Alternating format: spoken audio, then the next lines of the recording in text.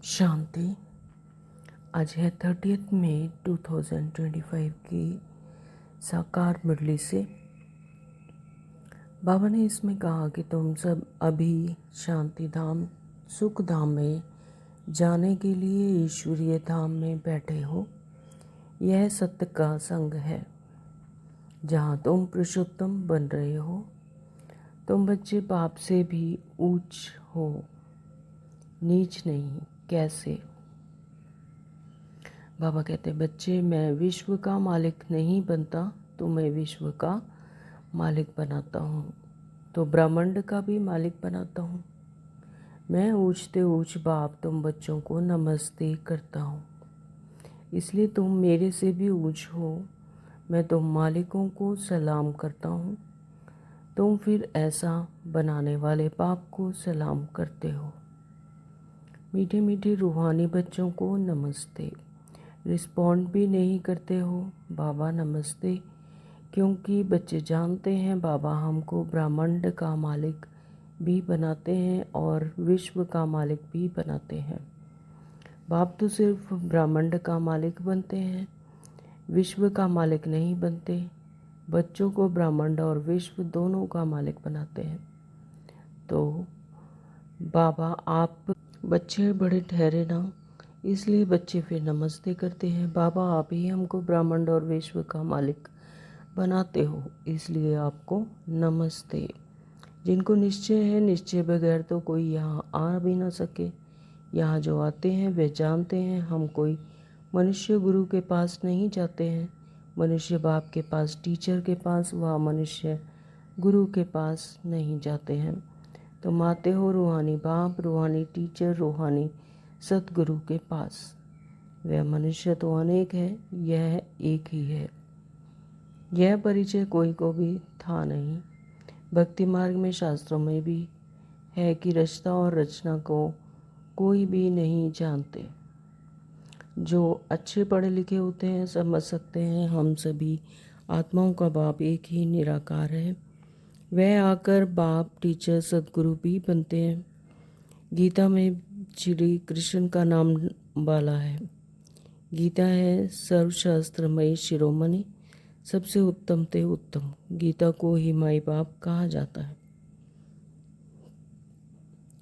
जो मनुष्य ही मनुष्यों को पढ़ाते हैं, हर प्रकार की जो भी पढ़ाइयाँ हैं वह अल्पकाल के लिए मनुष्यों को पढ़ाते हैं।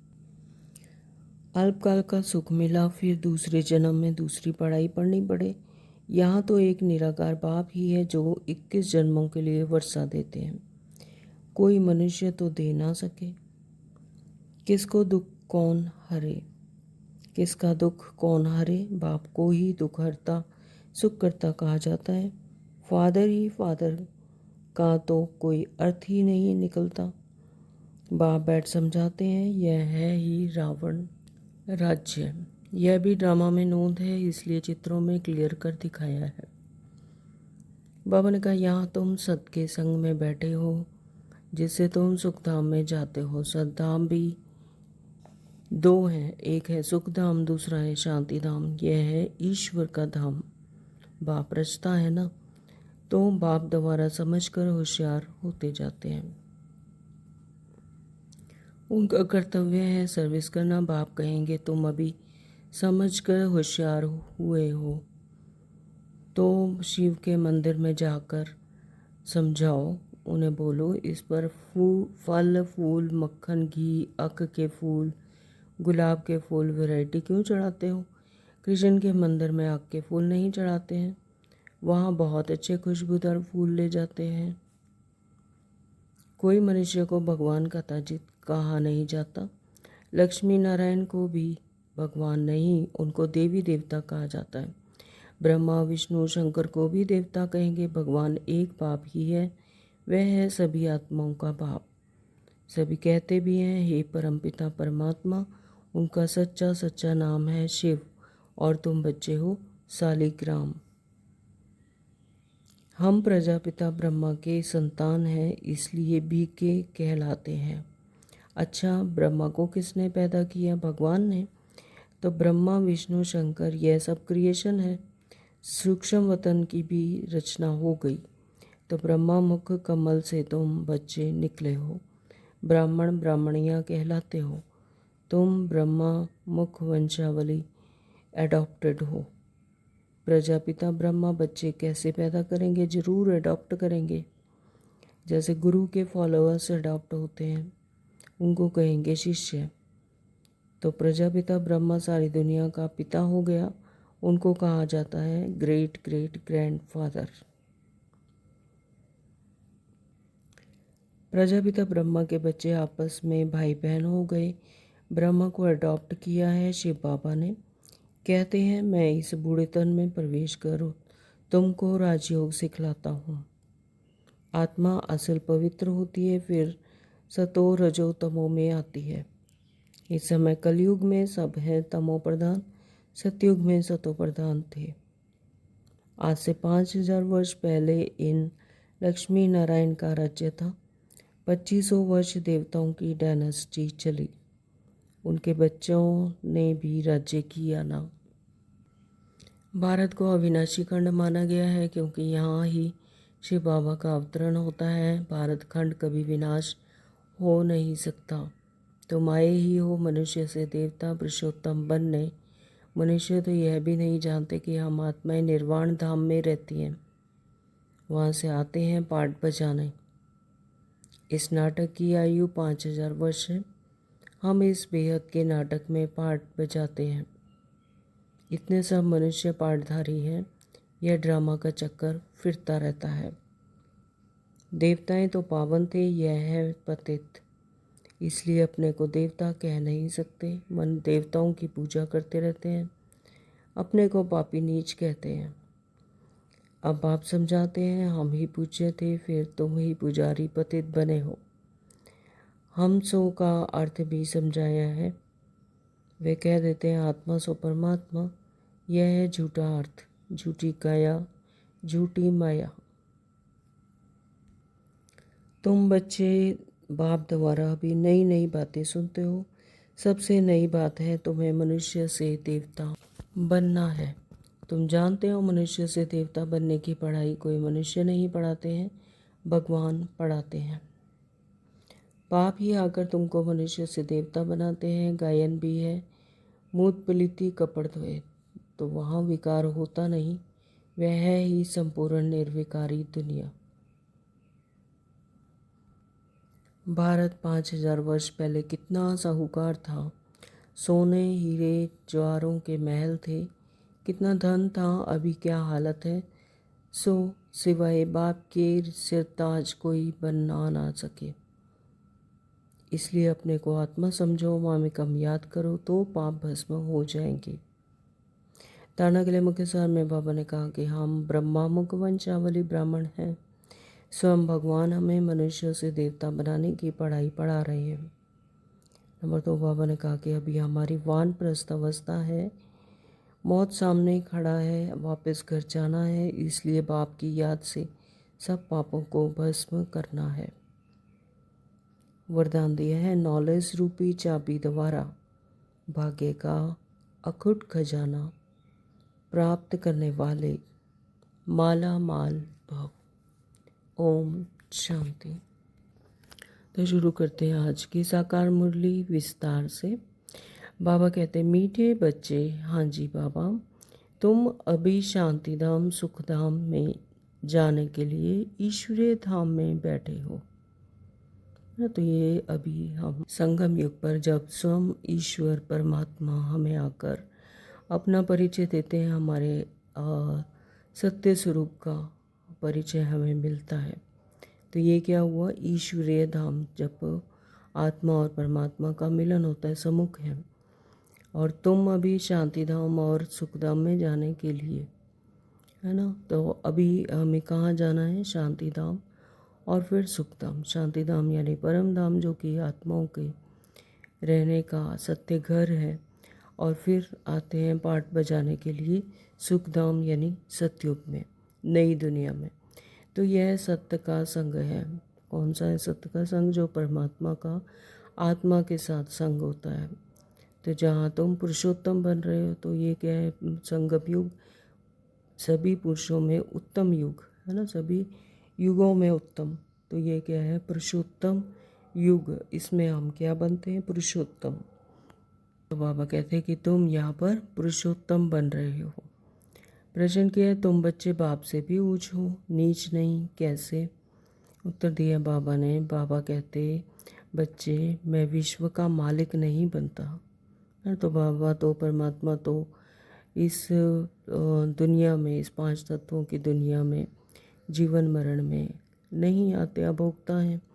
तो बाबा कहते लेकिन मैं तुम बच्चों को राज्य भाग्य देता हूँ, विश्व का मालिक बनाता हूँ। तुम विश्व के मालिक बनते हो, तो मैं विश्व का मालिक बनाता हूँ, तो ब्रह्मांड का भी मालिक बनाता हूँ, है ना। तो विश्व का मालिक यानी ब्रह्मांड का भी, तीनों लोगों का ज्ञान देते हैं और पूरे ब्रह्मांड पर मलकियत बन देता हूँ, यानी ब्रह्मांड का भी मालिक बनाता हूँ। तो मैं ऊंचते ऊंच बाप तुम बच्चों को नमस्ते करता हूँ। बाबा कहते हैं इसीलिए मैं फिर अपने बच्चों को इतना ऊंच बनाकर फिर उन्हें नमस्ते करता हूँ। इसलिए तुम मेरे से भी ऊंच हो, है ना, क्योंकि तुम राज्य भाग्य लेते हो और सुख की दुनिया में जाते हो। इसलिए बाबा कहते हैं कि तुम मेरे से भी ऊंचे हो। मैं तुम मालिकों को सलाम करता हूँ। हाँ, कितने निरहंकारी हैं बाबा। स्वयं ही सब कुछ देकर फिर बच्चों को फिर मालिक बनाकर उन्हें सलाम करते हैं। तुम फिर ऐसा बनाने वाले बाप को सलाम करते हो, है ना। तो तुम बच्चे फिर आत्माएं जो इतना राज्य भाग्य देते हैं, विश्व का ब्रह्मांड का मालिक बनाते हैं, फिर उस बाप को तुम सलाम करते हो। ओम शांति। ओम शांति बाबा। मीठे मीठे रूहानी बच्चों को नमस्ते। रिस्पॉन्ड भी नहीं करते हो, बाबा नमस्ते, है ना। तो क्योंकि बच्चे जानते हैं बाबा हमको ब्रह्मांड का मालिक भी बनाते हैं और विश्व का मालिक भी बनाते हैं। तो बाप तो सिर्फ ब्रह्मांड का मालिक बनते हैं, है ना। तो जो परमात्मा है वो तो ब्रह्मांड के मालिक हैं और विश्व का मालिक नहीं बनते, क्योंकि जीवन मरण में नहीं आते, अभोक्ता हैं और इस पंच तत्वों की दुनिया में नहीं आते। तो बाबा कहते हैं विश्व का मालिक तुम बच्चे बनते हो। बच्चों को ब्रह्मांड और विश्व दोनों का मालिक बनाते हैं, लेकिन हम आत्माओं को, हम बच्चों को बाबा ब्रह्मांड का और विश्व का दोनों का मालिक बनाते हैं। तो बताओ बड़ा कौन ठहरा? बच्चे बड़े ठहरे ना, तो इसलिए बच्चे फिर नमस्ते करते हैं। बाबा आप ही हमको ब्रह्मांड और विश्व का मालिक बनाते हो, इसलिए आपको नमस्ते, ना। तो बाबा हमें, परमात्मा हमें इस ब्रह्मांड और विश्व का मालिक बनाते। तो कि सोचो अगर बाबा हमें अपने सत्य स्वरूप का ज्ञान ना देते और इस सृष्टि चक्र का ज्ञान ना समझाते, अपना परिचय ना देते, तो फिर क्या हम मालिक बन सकते थे? नहीं। तो इसलिए बाबा अभी आप बच्चों को, हमको ब्रह्मांड और विश्व का मालिक बनाते हो, इसलिए बाबा को नमस्ते। तो मुसलमान लोग भी मालिकम सलाम सलाम मालिकम कहते हैं ना। तो तुम बच्चों को यह खुशी है जिनको निश्चय है, निश्चय बिगड़ तो कोई यहाँ आ भी ना सके, ना। तो जब सबसे पहला जो फाउंडेशन है वो क्या है, निश्चय का। जब निश्चय हो जाता है, अनुभव हो जाता है अंतरात्मा को, यानी पूरा एकदम पूर्ण विश्वास हो जाता है कि हाँ परमात्मा वो शक्ति है, तो फिर निश्चय बगैर तो यहाँ कोई आ ना सके। जब निश्चय हो जाता है कि हम ही देवता बनते हैं, मनुष्य से देवता बनते हैं, सतो प्रधान बनते हैं, हम ही थे जो सतयुग में हम राज्य भाग्य लेकर राज्य किया है। तो फिर जब यह निश्चय हो जाता है तो फिर वो आए बिना रह नहीं सकते। तो यहाँ जो आते हैं वे जानते हैं हम कोई मनुष्य गुरु के पास नहीं जाते हैं। मनुष्य बाप के पास, टीचर के पास, व मनुष्य गुरु के पास नहीं जाते।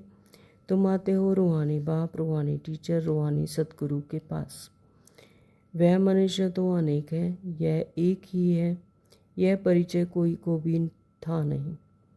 तो भक्ति मार्ग के शास्त्रों में भी है, रचता और रचना को कोई भी नहीं जानते। ना जानने कारण उनको ऑर्फन कहा जाता है, ऑर्फन कहा जाता है। है ना। जो नहीं जानते कि हमारा आत्माओं का पिता कौन है, परिचय नहीं है, तो बाबा उनको कह रहे हैं कि फिर वो ऑर्फन उनको कहा जाता है। तो जो अच्छे पढ़े लिखे होते हैं समझ सकते हैं कि हम सभी आत्माओं का बाप एक ही निराकार है। वह आकर के बाप, टीचर, सदगुरु भी बनते हैं। गीता में श्री कृष्ण का नाम वाला है। गीता है सर्वशास्त्रमय शिरोमणि, सबसे उत्तम थे उत्तम। तो गीता क्या है? स्थूल दुनिया की शास्त्र है ना। तो गीता को सर्व शास्त्रों में शिरोमणि यानी सबसे उत्तम से उत्तम बताया है। तो गीता को ही माई बाप कहा जाता है। और जो भी शास्त्र हैं उनको माता पिता नहीं कहेंगे, लेकिन श्रीमद् भगवत गीता माता गाई जाती है। तो ये सभी शास्त्रों की में क्या है? शिरोमणि है, माता है। तो भगवान के मुख कमल से निकली हुई गीता का ज्ञान ऊंचते ऊंच बाप है, जो जरूर ऊंचते ऊंच की ही गाई हुई गीता हो गई क्रिएटर, है ना। तो ऊंच से ऊंच बाप है और ऊंचते ऊंच बाप की जो गीता गाई हुई है तो वो क्या हुई? क्रिएटर। बाकी सब शास्त्र हैं उनके पत्ते क्रिएशन। तो जो बाकी शास्त्र हैं उसी में से निकले, यानी वो क्या हुए? उनके जैसे एक झाड़ होता है उसके पत्ते होते हैं, उसकी क्रिएशन। तो इसी तरह से बाकी जो शास्त्र हैं वो क्या है? उनकी क्रिएशन, उनके पत्ते। तो रचना से कभी वर्षा मिल ना सके, अगर मिलेगा भी तो अल्पकाल के लिए है। तो रचना से वर्षा मिलता है, ना कि रचना से। तो दूसरे इतने ढेर शास्त्र हैं जिनके पढ़ने से अल्पकाल का सुख मिलता है एक जन्म के लिए।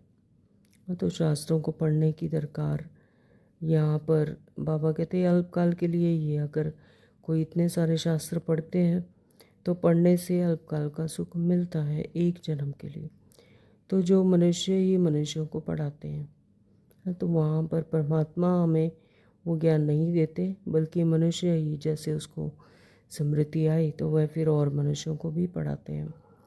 तो हर प्रकार की जो भी पढ़ाइयाँ हैं वह अल्पकाल के लिए मनुष्यों को पढ़ाते हैं। अल्पकाल का सुख मिला, फिर दूसरे जन्म में दूसरी पढ़ाई पढ़नी पड़े ना। तो ये क्या है? अल्पकाल का सुख। एक जन्म में उसका सुख मिल गया, लेकिन दूसरी जन्म में फिर उसकी पढ़ाई पढ़नी पड़ेगी। तो यहाँ तो एक निराकार बाप ही है जो 21 जन्मों के लिए वर्षा देते हैं। कोई मनुष्य तो दे ना सके, वह तो वर्थ नॉट अ पेनी बना देते हैं। बाप बनाते हैं पाउंड। हाँ, तो मनुष्य को कोई ज्ञान नहीं दे सकते, ना ही 21 जन्मों को वर्षा देते हैं। तो उससे क्या बनते हैं? वर्थ नॉट अ पेनी, जिसकी कोई भी वैल्यू नहीं। तो बाप बनाते हैं पाउंड, यानी उसकी वैल्यूएबल बनाते हैं। तो अभी बाप बैठ बच्चों को समझाते हैं, तुम सब ईश्वर के बच्चे हो ना। सर्वव्यापी कहने से अर्थ कुछ नहीं समझते। सब में परमात्मा है तो फिर फादरहुड हो जाता है। फादर ही फादर तो फिर वर्षा कहाँ से मिले? किसका दुख कौन हरे? बाप को ही दुख हरता सुख करता कहा जाता है। फादर ही फादर का तो कोई अर्थ ही नहीं निकलता। तो बाप बैठ समझाते हैं, यह है ही रावण। जय। यह भी ड्रामा में नोंद है, इसलिए चित्रों में भी क्लियर कर दिखाया है। तुम बच्चों की बुद्धि में है, हम पुरुषोत्तम संगम युग पर हैं। तो अभी ये क्या है? संगम युग सभी युगों में है ना। पहले सतयुग है, फिर त्रेता, फिर द्वापर, फिर कलयुग, और फिर आता है संगम युग। तो संगम युग में जब परमात्मा हमें हमारे सत्य स्वरूप का ज्ञान देते हैं, ये चढ़ती कला भी इसे कहा जाता है ना। तो संगम युग में परमात्मा और आत्मा का मिलन होता है। तो ये क्या है? सभी युगों में पुरुषोत्तम यानी सबसे श्रेष्ठ। तो बाप पुरुषोत्तम बनाने आए हुए हैं। जैसे बैरिस्ट्री, डॉक्टरी आदि पढ़ते हैं तो जिससे मर्तबा पाते हैं।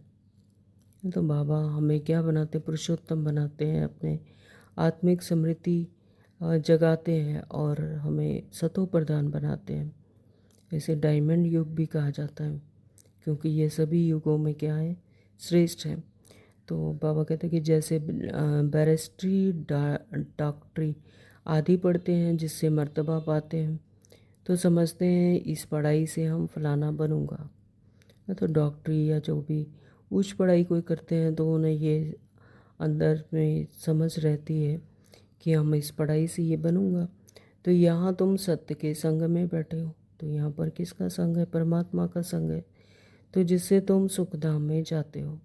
तो इससे हम स्वर्ग की दुनिया, नई दुनिया में जाते हैं।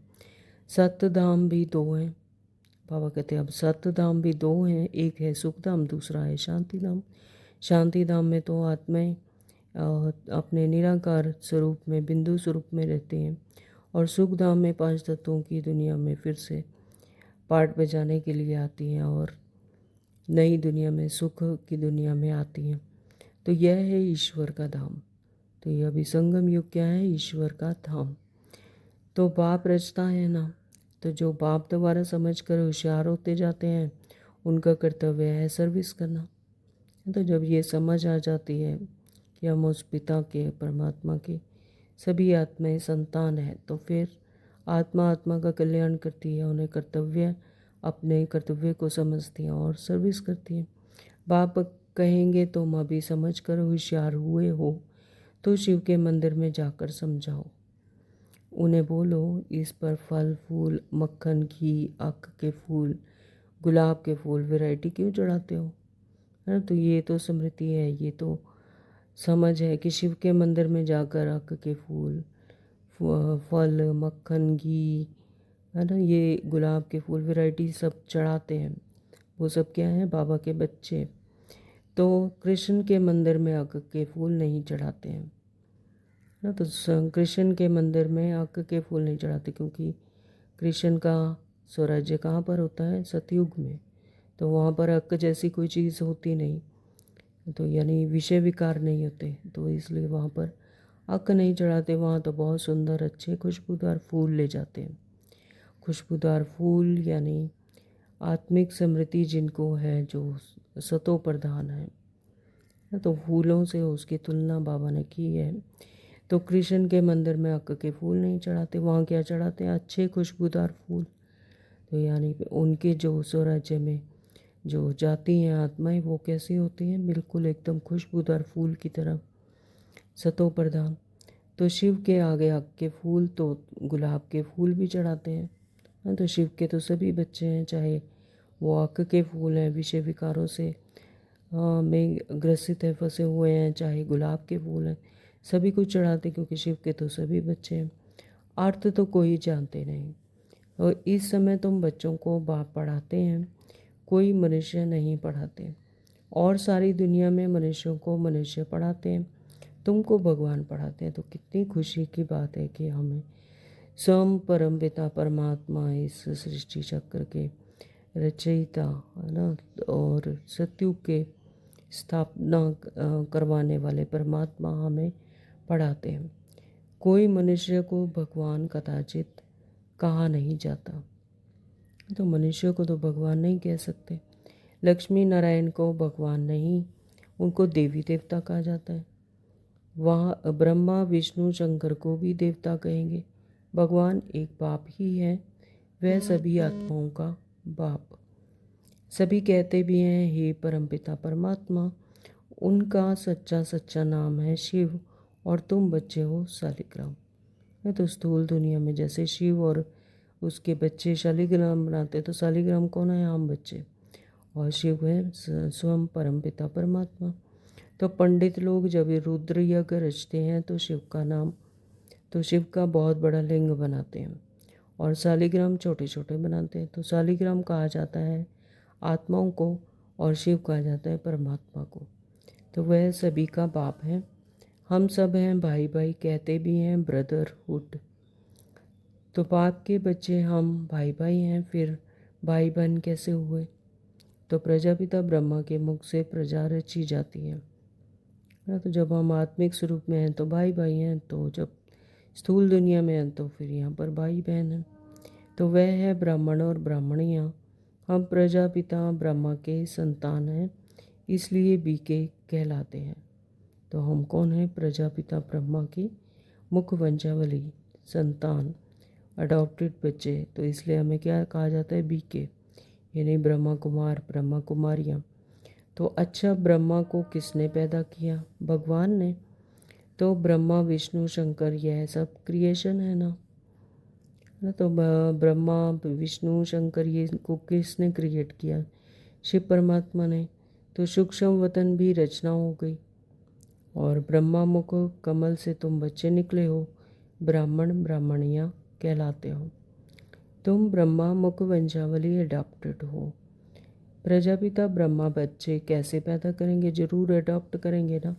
तो इस संगम युग पर हमें ब्रह्मा बाबा के द्वारा, है ना, मुख वंशावली यानी उनका ज्ञान सुनकर हम बच्चे बनते तो अडॉप्ट करते हैं, इसलिए कहते हैं मुख वंशा, ब्रह्मा मुख वंशावली। जैसे गुरु के फॉलोअर्स अडॉप्ट होते हैं, उनको कहेंगे शिष्य। तो प्रजापिता ब्रह्मा सारी दुनिया का पिता हो गया, उनको कहा जाता है great great grandfather. Prajapita Brahma तो यहाँ चाहिए ना। सूक्ष्म वतन में भी ब्रह्मा है, नाम गाया हुआ है ब्रह्मा विष्णु शंकर, परंतु सूक्ष्म वतन में प्रजा तो होती नहीं। प्रजापिता ब्रह्मा कौन है, यह सब पाप ऐड समझाते हैं। वह ब्राह्मण लोग भी अपने को ब्रह्मा की औलाद कहते हैं। अब ब्रह्मा कहाँ है? तुम कहेंगे यह बैठे हैं। वह कहेंगे होकर गया हूँ। तो वह फिर अपने को पुजारी ब्राह्मण कहलाते हैं। अभी तुम तो हो प्रैक्टिकल में हो। प्रजापिता ब्रह्मा के बच्चे आपस में भाई बहन हो गए ना। तो ब्रह्मा को अडॉप्ट किया है शिव बाबा ने, है। तो ब्रह्मा बाबा को भी किसने अडॉप्ट किया? शिव बाबा ने। उन्होंने उनको ज्ञान सुनाया, उनके शरीर का आधार लेकर फिर हमें समझाया। तो कहते हैं मैं इस बूढ़े तन में प्रवेश कर तुमको राजयोग सिखलाता हूँ। मनुष्य को देवता बनाना यह कोई मनुष्य का काम नहीं है, बाप को ही रचता कहा जाता है। भारतवासी जानते हैं शिव जयंती भी मनाई जाती है। शिव है बाप। मनुष्यों को यह पता नहीं कि देवी देवताओं को यह राज्य किसने दिया। स्वर्ग का रचयिता है ही परमात्मा, जिसको पतित पावन कहा जाता है। आत्मा असल पवित्र होती है, फिर सतो रजो तमो में आती है। तो आत्मा सबसे पहले अपना परिचय लेती है, अपने सत्य स्वरूप में जाती है। और आत्मा का जो मूल गुण है वो तो है ही पवित्र और शांत। तो बाबा कहते पहले वो असल पवित्र होती है, फिर सतो रज, जब इस सृष्टि चक्कर में आती है तो पहले सतो में आती है, फिर रजो, फिर तमो में आती है। ये ड्रामा में नूंद है। तो इस समय कलयुग में सब हैं तमो प्रधान, सतयुग में है सतो प्रधान थे। आज से 5000 वर्ष पहले इन लक्ष्मी नारायण का राज्य था। 2500 वर्ष देवताओं की डायनेस्टी चली। तो 5000 वर्ष पहले लक्ष्मी नारायण का राज्य था, यानी सतयुग में थे। और फिर ये देवताओं की डायनेस्टी कितने साल चली? 2500 वर्ष। तो उनके बच्चों ने भी राज्य किया ना। तो देवताओं की फिर उनके बच्चे, तो उन्होंने सभी ने राज्य किया। Lakshmi Narayan the first the second, ऐसे चला आता है। मनुष्यों को इन बातों का कुछ भी पता नहीं है। इस समय सब तमो प्रधान पतित, यहाँ एक भी मनुष्य पावन हो ही नहीं सकता। सभी पुकारते हैं हे पतित पावन आओ। तो पतित दुनिया नहीं हुई ना, इनको ही कलयुग नरक कहा जाता है। नई दुनिया को स्वर्ग पावन दुनिया कहा जाता है। फिर पतित कैसे बने यह कोई नहीं जानते। भारत में एक ही मनुष्य नहीं जो अपने 84 जन्मों को जानता हो। मनुष्य मैक्सिमम 84 जन्म लेते हैं और मिनिमम 1 जन्म। तो बाबा क्या कह रहे हैं कि जो सतयुग में आने वाली आत्माएं हैं तो उनके मैक्सिमम जन्म होते हैं 84 जन्म, है ना। तो ऐसी भी आत्माएं हैं जिनका सिर्फ एक ही जन्म होता है, यानी वो कलयुग में एक ही जन्म लेती हैं। तो उनकी इसी कलयुग में ही आने की दरकार है। उनका ड्रामा में ऐसा रोल है कि वो एक ही जन्म लेती हैं। भारत को अविनाशी खंड माना गया है क्योंकि यहाँ ही शिव बाबा का अवतरण होता है। भारत खंड कभी विनाश हो नहीं सकता। बाकी जो अनेक खंड हैं वे सब विनाश हो जाएंगे। इस समय आदि सनातन देवी देवता धर्म प्राय लोप हो गया है। कोई भी अपने को देवता नहीं कहलाते हैं क्योंकि देवताएं सतो प्रधान पावन थे ना। तो आत्माएं इतनी पावन है, सतो प्रधान है, तो इसलिए कोई भी अपने आप को देवता नहीं मान सकते, देवता नहीं कह सकते। क्योंकि देवताएं तो होती हैं सतो प्रधान। तो अभी तो सभी पतित पुजारी बन गए हैं। यह भी बाप बैठ समझाते हैं। भगवान वाच है ना, भगवान सभी का बाप है। वह एक ही बार भारत में आते हैं। कब आते हैं? Question mark. तो पुरुषोत्तम संगम युग पर, है ना। तो कब आते हैं? पुरुषोत्तम संगम युग पर। इस संगम युग को ही पुरुषोत्तम कहा जाता है। यह संगम युग है कलयुग से सतयुग और पतित से पावन बनने का। ये तो कलयुग और सतयुग के बीच का जो समय है उसे संगम युग कहते हैं, और यहाँ पर पतित से फिर से पावन बनते हैं। तो कलयुग में रहते हैं पतित मनुष्य, सतयुग में है पावन देवता, इसलिए इनको पुरुषोत्तम संगम युग कहा जाता है। इसे चढ़ती कला भी कहते हैं, डायमंड युग भी कहते हैं। सभी पुरुषों में उत्तम यानी सभी युगों में उत्तम संगम युग। जबकि बाप आकर पतित से पावन बनाते हैं। तुम आए ही हो मनुष्य से देवता पुरुषोत्तम बनने। मनुष्य तो यह भी नहीं जानते हैं कि हम आत्माएं निर्वाण धाम में रहती हैं, वहाँ से आते हैं पाठ बजाने। इस नाटक की आयु 5000 वर्ष है। हम इस बेहद के नाटक में पाठ बजाते हैं। इतने सब मनुष्य पाठधारी हैं। यह ड्रामा का चक्कर फिरता रहता है, कभी बंद होने का नहीं है। पहले पहले इस नाटक में सतयुग में पाठ बजाने आते हैं देवी देवता, फिर त्रेता में आते हैं क्षत्रिय। इस नाटक को भी जानना चाहिए। यह है ही कांटों का जंगल। तो कांटों का जंगल, दुख की दुनिया, जहाँ अशांति है, दुख है, दर्द है, तो उसे क्या कहते हैं बाबा? कांटों का जंगल। कांटों का जंगल सोचो कि किस तरह होंगे, चारों तरफ कांटे ही कांटे। तो इसी तरह से ये दुनिया भी है। यहाँ पर हर तरफ अशांति है, दुख है, दर्द है, इसीलिए कि बाबा इसे कहते हैं कांटों का जंगल। तो सब मनुष्य दुखी हैं। कलयुग के बाद फिर सतयुग आता है। कलयुग में ढेर मनुष्य हैं, सतयुग में कितने होंगे? बहुत थोड़े। आदि सनातन सूर्यवंशी देवी देवताएं ही होंगे। तो यह पुरानी दुनिया बदलनी है। मनुष्य सृष्टि से फिर देवताओं की सृष्टि होगी। आदि सनातन देवी देवता धर्म था, परंतु अब अपने को देवता कहलाते नहीं, अपने धर्म को ही भूल गए हैं। तो जो देवी देवता सतयुग में देवी देवता थे, लेकिन धर्म जन्म लेते लेते अभी सतो प्रधान से तमो प्रधान हो गए, अपने ही धर्म को ही भूल गए। और सिर्फ यह भारतवासी ही हैं जो अपने धर्म को भूल गए। तो बाबा यहाँ पर भारतवासियों को ही कह रहे हैं, क्योंकि भारतवासी ही देवता बनते हैं। तो फिर बाबा कहते हैं अपने धर्म को भूल गए हैं। हिंदुस्तान में रहने का कारण हिंदू धर्म कह देते हैं। देवताएं तो पावन थे, यह है पतित, इसलिए अपने को देवता कह नहीं सकते। देवताओं की पूजा करते रहते हैं, अपने को पापी नीच कहते हैं। अभी मनुष्य अपने सत्य स्वरूप को भूल गए, है ना। तो देवताओं की पूजा करते, अपनी ही पूजा करते रहे, अपने ही इष्ट देव की, अपने ही स्वरूप की पूजा करते रहते हैं, और अपने आप को क्या कहते हैं? पापी नीच कहते हैं, क्योंकि पतित हैं। तो आप समझाते हैं तुम ही पूज्य थे, फिर तुम ही पुजारी पतित बने हो।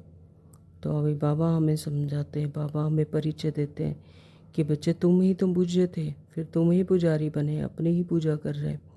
तो हम सो का अर्थ भी समझाया है, इसीलिए कहते हैं कि हम सो, है। तो वह कह देते हैं आत्मा सो परमात्मा, लेकिन जो स्थूल दुनिया में हम सो का अर्थ लगाया जाता है कि आत्मा ही परमात्मा है। तो यह है झूठा अर्थ, झूठी काया, झूठी माया। सतयुग में ऐसे नहीं कहेंगे। सचखंड की स्थापना बाप करते हैं, झूठ खंड फिर रावण बनाते हैं। यह भी बाप आकर समझाते हैं आत्मा क्या है और परमात्मा क्या है, यह भी कोई नहीं जानते। बाप कहते हैं तुम आत्मा बिंदी हो, तुम्हारे में 84 का जन्मों का पाठ नोंदा हुआ है। हम आत्मा कैसी हैं यह कोई नहीं जानते हैं। हम बैरिस्टर हैं, फलाना हैं, यह जानते हैं, है ना। तो ये स्थूल दुनिया में यानी बॉडी कॉन्शियसनेस की बातें जानते हैं कि हम बैरिस्टर हैं, फलाना है, लेकिन आत्मा का परमात्मा को नहीं जानते। यह जानते हैं, बाकी आत्मा को एक भी नहीं जानते, है ना। तो बाबा कहते हैं अपना असत्य स्वरूप को नहीं जानते। ये बॉडी कॉन्शियसनेस की जो बातें हैं बैरिस्टर हैं, डॉक्टर हैं, वो जानते हैं। तो बाप ही आकर पहचान देते हैं। तो परमात्मा पिता ही हमें आकर अब हमारी असली पहचान हमें देते हैं कि बच्चों तुम आत्माएं हो, तुम्हारी आत्मा में 84 जन्म का पार्ट अविनाशी नोंदा हुआ है। हाँ, तो आत्मा में ही 84 जन्मों का पूरा पार्ट अविनाशी नोंदा हुआ है, और जो कि फिर से रिपीट होना है, तो जो कभी विनाश नहीं हो सकता। हाँ, तो ये कभी भी विनाश नहीं हो सकता। यही भारत गार्डन ऑफ फ्लावर था, सुख ही सुख था, अभी दुख ही दुख है ना। तो यहीं पर ही ये भारत ही, जब आत्माएं पूरी सतो प्रधानता में होंगे और जब प्रकृति पूरी सतो प्रधानता में, हर चीज़ सतो प्रधान में है, तो फिर बाबा कहते हैं यही फिर क्या बन जाता है, गार्डन ऑफ फ्लावर बन जाता है। यहाँ पर सुख ही सुख था, अभी दुख ही दुख है, क्योंकि अभी पतित है दुनिया और तमो प्रधानता में है। तो सृष्टि भी कैसी है, सारी प्रकृति भी कैसी है, तमो प्रधानता। तो बाबा कहते हैं इसीलिए सभी क्या है, दुख ही दुख है। तो यह बाप नॉलेज देते हैं। तुम बच्चे बाप द्वारा अभी नई नई बातें सुनते हो। सबसे नई बात है तुम्हें मनुष्य से देवता बनना है। तुम जानते हो मनुष्य से देवता बनने की पढ़ाई कोई मनुष्य नहीं पढ़ाते हैं, भगवान पढ़ाते हैं, है ना। तो जो इस सृष्टि चक्कर में नहीं आई, जो जीवन मरण में नहीं आई, वो एक साक्षी कौन है, परमात्मा ही है। तो परमात्मा ही जो हमारे हिस्ट्री जोग्राफी सारी जानते हैं और इस सृष्टि चक्र को जानते हैं, हम आत्माओं का सत्य स्वरूप जानते हैं, तो वही हमें आकर हमारा सत्य स्वरूप का ज्ञान देते पढ़ाते हैं। तो मनुष्य को पढ़ा नहीं सकते। तो उस भगवान को सर्वव्यापी कहना यह तो गाली देना है ना। तो फिर बाबा को ये अच्छा नहीं लगता भगवान को कि मुझे ही फिर सर्वव्यापी कह देते हैं, ठिकर बिकर में और हर पशुओं में, वृक्षों में कह देते हैं कि सर्वव्यापी है। तो यह तो गाली देना है। तो आप समझाते हैं मैं हर 5000 वर्ष बाद आकर भारत को स्वर्ग बनाता हूँ, है। तो 5000 वर्ष में बाबा परमात्मा के आने की दरकार ही नहीं, उसे अपनी अपनी रीति से स्मृति से पुकारते हैं, इष्ट देवों की पूजा करते हैं।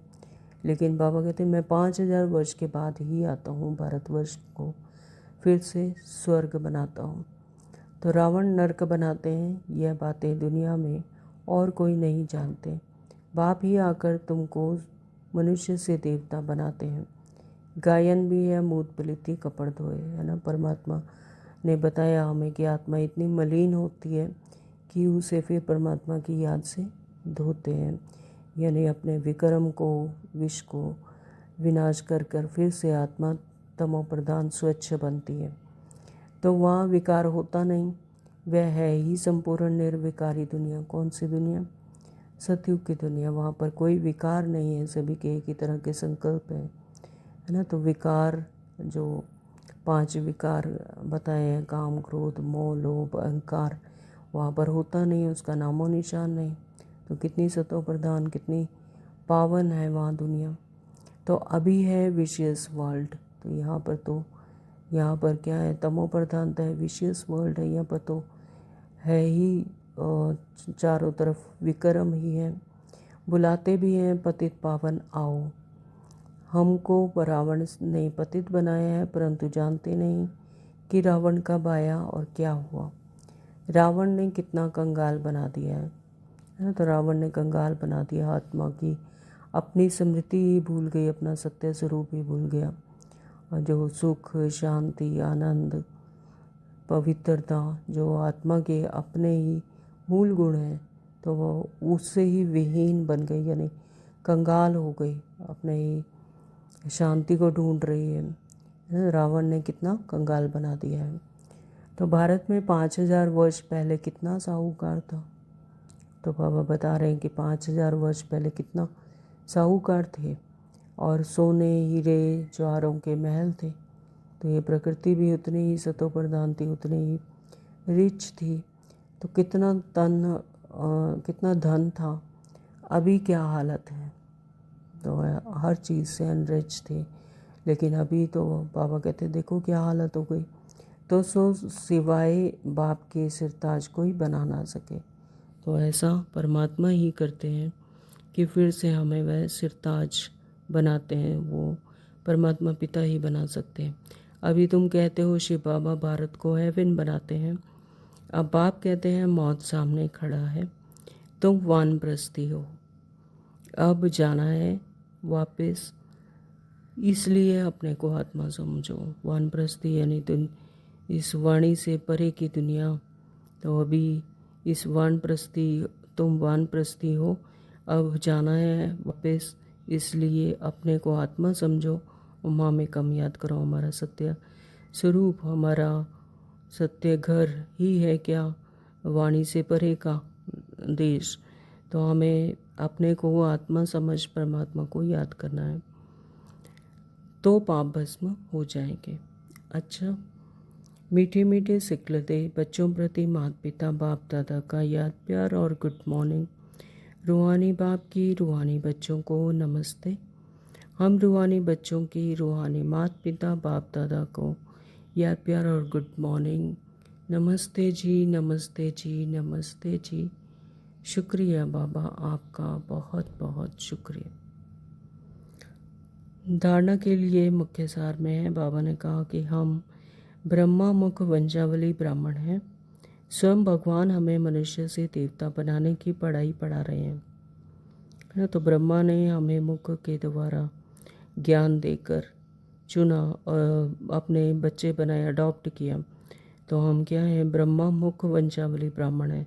स्वयं भगवान ने हमें मनुष्य से देवता बनाने के लिए पढ़ाई पढ़ा रहे हैं। तो इस नशे और खुशी में रहना है। तो कितनी खुशी रहनी चाहिए, कितना खुमारी आनी चाहिए, नशा होना चाहिए। तो पुरुषोत्तम संगम युग पर पुरुषोत्तम बनने का पुरुषार्थ करना है। तो यह है क्या, सभी युगों में उत्तम डायमंड युग, संगम युग, इस पर हमें पुरुषोत्तम सभी पुरुषों में उत्तम बनने का पुरुषार्थ करना है। नंबर 2, बाबा ने कहा अभी हमारी वानप्रस्थ अवस्था है। तो जैसे रिटायरमेंट की लाइफ हो जाती है कि अपने स्थूल दुनिया के सभी कर्तव्यों से फारिग होकर फिर आगे के लिए मनुष्य सोचते हैं। तो ये भी हमारी क्या है, वानप्रस्थ अवस्था। तो अभी इस दुनिया से उपराम होकर, वानप्रस्थ यानी वाणी से परे जाने की अवस्था। मौत सामने खड़ा है, वापस घर जाना है, इसलिए पाप की याद से सब पापों को भस्म करना है। तो अपने असली घर में कब कैसे जाएंगे, जब हम पूरे पापों से अपने भस्म कर चुके होंगे, है ना। कर्मातीत अवस्था होगी, तो कोई भी हिसाब किताब नहीं होगा। तो बाबा इसलिए बाप की याद से, बाबा कहते कि इसीलिए परमात्मा की याद से ही पापों को भस्म करना है।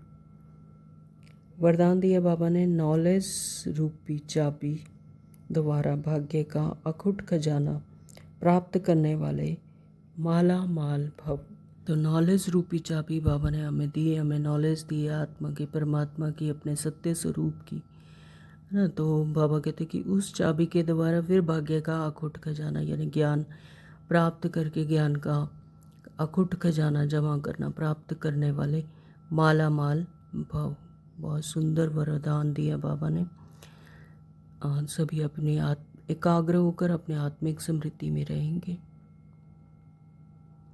अपने श्रेष्ठ स्वरूप को साक्षी होकर देखें।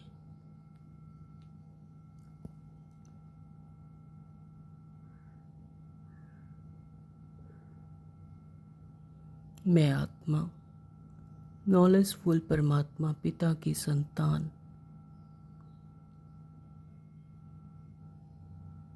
मास्टर नॉलेजफुल हूँ।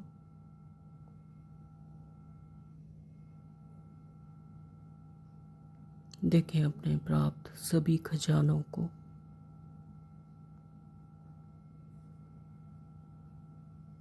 संगम युग सभी युगों में श्रेष्ठ युग है।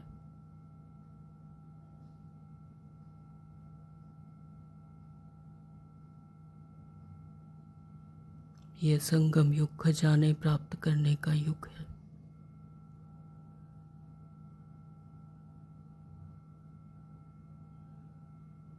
इस पुरुषोत्तम युग में मैं आत्मा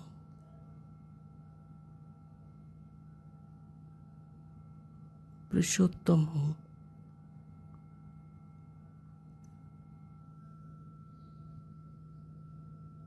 बाबा मिला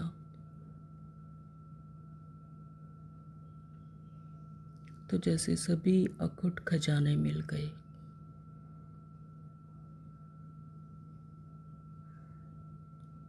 अप्राप्त नहीं कोई वस्तु।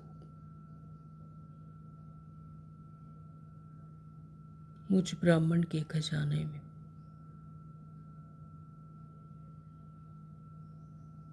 मैं सर्व खजानों की मालिक हूँ।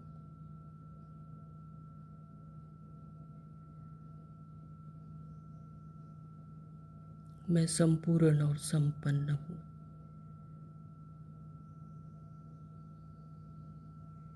मैं सर्व खजानों का बालक सो मालिक हूँ।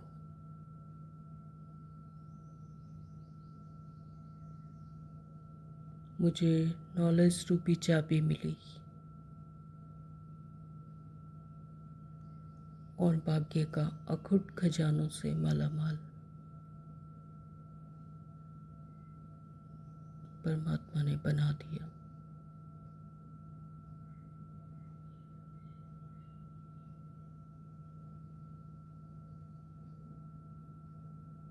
ऐसे अनुभव होता है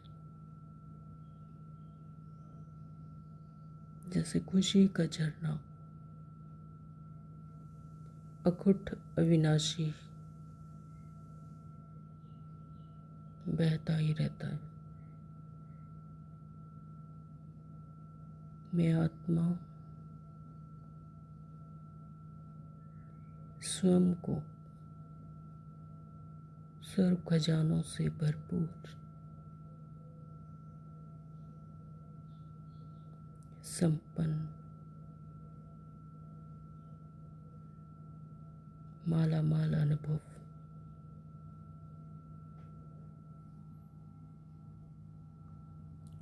कर रही हूँ।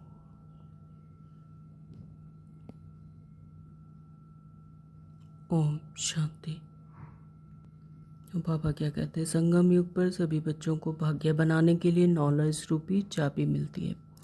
तो ये चाबी लगाओ और जितना चाहे उतना भाग्य का खजाना लो। तो बाबा ने हमें चाबी दी, उस चाबी को लगाओ और भाग्य ले लो। तो चाबी मिली और माला माल बन गए। तो जो जितना माला माल बनते हैं उतना खुशी स्वतः रहती है। ऐसे अनुभव होता है जैसे खुशी का झरना अखुट अविनाशी बहता ही रहता है। वे सर्व खजानों से भरपूर मालामाल दिखाई देते हैं। उनके पास किसी भी प्रकार की अप्राप्ति नहीं रहती। स्लोगन दिया बाबा ने, बाप से कनेक्शन ठीक रखो तो सर्व शक्तियों की करंट आती रहेगी, है ना। तो मेन बात यहाँ पर यही है कि परमात्मा से बुद्धि योग जितना लगा रहे, जितना कनेक्शन ठीक रहेगा तो उतनी सर्व शक्तियों की करंट आती रहेगी। जैसे स्थूल में भी देखा ना कि अगर कनेक्शन ठीक है तो फिर करंट आता रहता है। तो इसी तरह से बाबा से जब कनेक्शन ठीक होगा तो सर्वशक्तियों की करंट आती रहेगी। ओम शांति। आज के अव्यक्त इशारे हैं, रूहानी रॉयल्टी और प्योरिटी की पर्सनैलिटी धारण करो। तो जितनी पवित्रता है उतनी ब्राह्मण जीवन की पर्सनैलिटी है। तो जितना जितना बाबा रोज ही बताते हैं कि ब्राह्मण की जो मेन क्वालिटी है वो क्या है, पवित्रता। तो जितनी पवित्रता होगी उतनी पर्सनालिटी है ब्राह्मण जीवन की। अगर पवित्रता कम तो पर्सनालिटी कम। ये प्योरिटी की पर्सनालिटी सेवा में भी सहज सफलता दिलाती है ना। तो जितनी प्योरिटी होगी आत्मा में उतनी ही फिर सेवा में भी सहज सफलता मिलेगी। लेकिन यदि एक विकार भी अंश मात्र है तो दूसरे साथी भी उसके साथ जरूर आएंगे। तो एक दूसरे के साथ कनेक्टेड है कि अगर एक भी विकार आया, अंश मात्र भी उसके अंश वंश का कोई भी एक भी अगर विकार आया तो उसके दूसरे साथी भी स्वतः ही वहाँ आ जाएंगे, जरूर होंगे। तो जैसे पवित्रता का सुख शांति से गहरा संबंध है, ऐसे अपवित्रता का भी 5 विकारों से गहरा संबंध है। तो मेन बात है कि पवित्रता की, अगर पवित्रता होगी तो सुख शांति भी होगा। उनका गहरा संबंध है। और ऐसे ही अगर अपवित्रता आई तो फिर पांचों विकार वो भी आ जाएंगे, वो उनका गहरा संबंध है, वो उसके वंशज है। तो इसलिए कोई भी विकार का अंश मात्र ना रहे, तब कहेंगे पवित्रता की पर्सनैलिटी द्वारा सेवा करने वाले। तो विकार का कोई भी अंश मात्र भी ना रहे, है ना, तो पवित्रता की पर्सनैलिटी द्वारा सेवा करने वाले तब कहा जाएगा, जब पवित्र होंगे तब कहा जाएगा कि पवित्रता की पर्सनैलिटी द्वारा सेवा करने वाले। ओम शांति। तो आज सारा दिन में परमात्मा से बुद्धि योग, परमात्मा से बाप के साथ कनेक्शन रखना है और सर्व शक्तियों का करंट लेते रहना है और अपनी पर्सनैलिटी पवित्र रखनी है, ताकि ब्राह्मण जीवन की जो पर्सनैलिटी है वो सेवा में भी सफलता दिलाती रहे। ओम शांति। Thank you Baba.